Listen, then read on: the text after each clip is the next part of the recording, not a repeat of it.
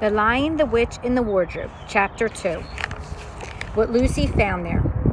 "Good evening," said Lucy, but the fawn was so busy picking up its parcels that at first it did not reply. When it had finished, it made her a little bow. Good evening," said the fawn. "Excuse me, I don't want to be inquisitive, but should I be right in thinking that you are a daughter of Eve?" "My name's Lucy," she said, not quite understanding him. "But you are, forgive me, you are what they call a girl?" asked the fawn. "Oh, of course I'm a girl," said Lucy. "You are, in fact, human?" "Of course I am human," said Lucy, still a little puzzled. To be sure, said the fawn. "How stupid of me, but I've never seen a son of Adam or a daughter of Eve before. I am delighted. That is to say," and then it stopped as if it had been going to say something it had not intended, but had remembered in time. Delighted, it went on. "Allow me to introduce myself. My name is Tumnus." "I'm very pleased to meet you, Mr. Tumnus," said Lucy. "And may I ask, O Lucy, daughter of Eve," said Mr. Tumnus, "how you have come into Narnia?" "Narnia? What's that?" said Lucy. "This is the land of Narnia," said the fawn, "where we are all now, all that lies between the lamppost and the great castle of Cair Paravel on the East Sea. And you have come from the wild woods of the West." I got in through the wardrobe in the spare room," said Lucy. "Ah," said Mr. Tumnus in a rather melancholy voice. "If only I had worked harder at geography when I was a little fawn, I should no doubt know all the things about strange countries, and it is too late now." "But they aren't countries at all," said Lucy, almost laughing. "It's only just back there. At least, I'm not sure. It is summer there. Meanwhile, Mr. Tumnus, it is winter in the Narnia, and has been for ever so long, and we shall both catch cold if we stand here talking in the snow. Daughter of Eve from the far land of Spare where eternal summer reigns around the bright city of Wardrobe, how would it be if you came and had tea with me?" "Thank you very much, Mr. Tumnus," said Lucy, "but I was wondering whether I ought to be getting back." "It's only just round the corner," said the fawn, "and there'll be a roaring fire and toast and sardines and cake." "Well, it is very kind of you," said Lucy, "but I shan't be long to stay." "If you will take my arm, daughter of Eve," said Mr. Tumnus, "I shall be able to hold the umbrella over both of us. That's the way. Now off we go." And so Lucy found herself walking through the wood arm in arm with this strange creature as if she had known each other all their lives. They had not gone far before they came to a place where the ground became rough and there were rocks all about the little hills up and little hills down. At the bottom of one small valley, Mr. Tumnus turned suddenly aside as if he were going to walk straight into an unusually large rock. But at the last moment, Lucy found he was leading her into the entrance of a cave. As soon as they were inside, she found herself blinking in the light of a wood fire. Then Mr. Tumnus stopped and took a flaming piece of wood out of the fire with a near little pair of tongs and lit a lamp. "Now, we shan't be long," he said, and immediately put a kettle on.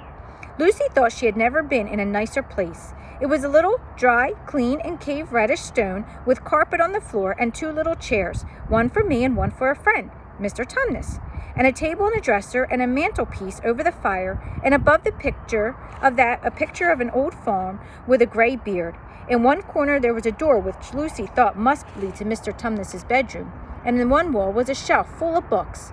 Lucy looked at these while he was setting out the tea things. They had titles like The Life and Letters of Silenus, or Nymphs and Their Ways of Men, Monks and Gamekeepers, A Study in Popular Legend, or Is Man a Myth? "Now, daughter of Eve," said the fawn, and really it was a wonderful tea. There was a nice brown egg lightly boiled for each of them, and then sardines on toast, and then buttered toast, and then toast with honey, and then a sugar-topped cake. And when Lucy was tired of eating, the fawn began to talk. He had told wonderful tales to tell of life in the forest.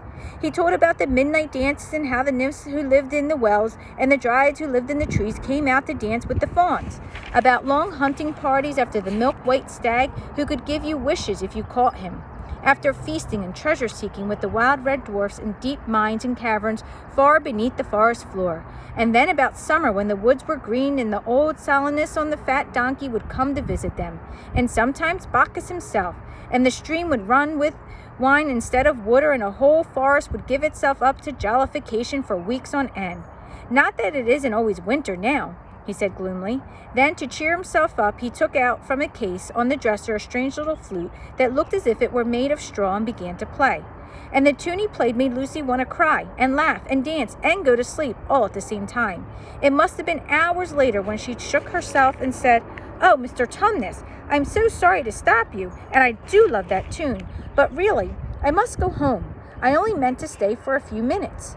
"It's no good now, you know," said the fawn, laying down its flute and shaking its head at her very sorrowfully.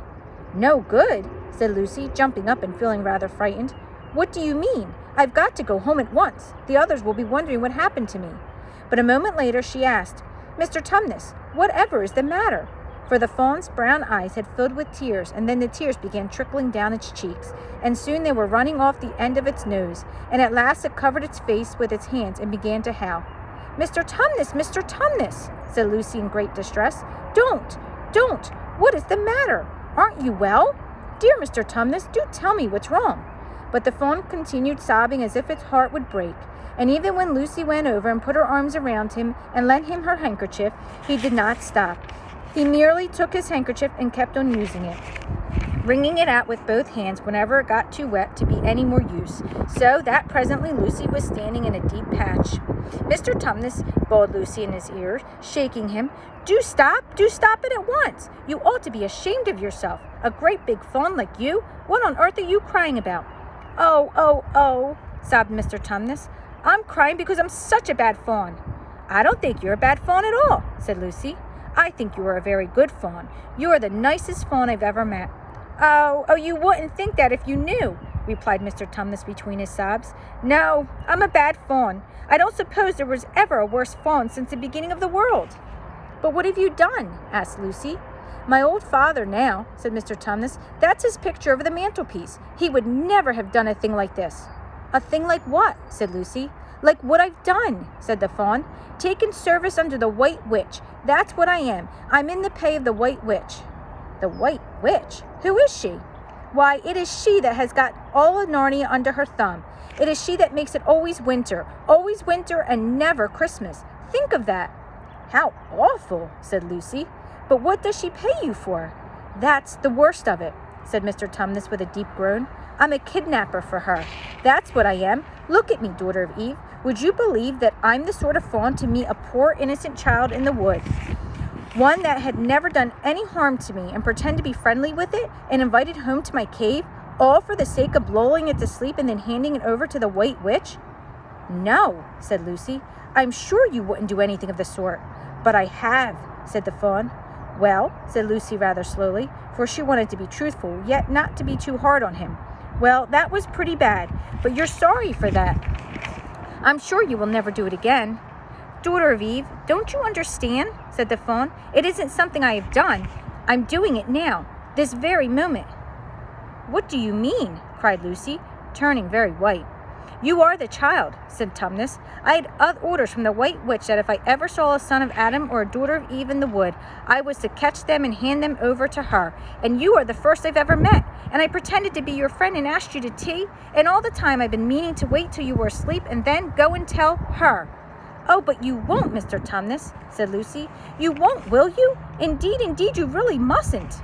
"And if I don't," he said, beginning to cry again, "she's sure to find out, and she'll have my tail cut off, and my horns sawn off, and my beard plucked out, and she'll wave her wand over my beautiful cloven hoofs and turn them into horrid solid hoofs like a wretched horse. And if she is extra and specially angry, she'll turn me into a stone, and I shall be only a statue of a fawn in her horrible house until the 4 thrones of Cair Paravel are filled.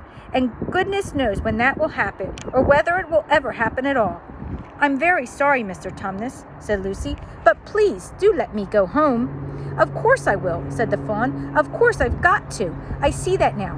I hadn't known what humans were like before I met you. Of course I can't give you up to the witch. Not now that I know you, but we must be off at once. I'll see you back to the lamppost.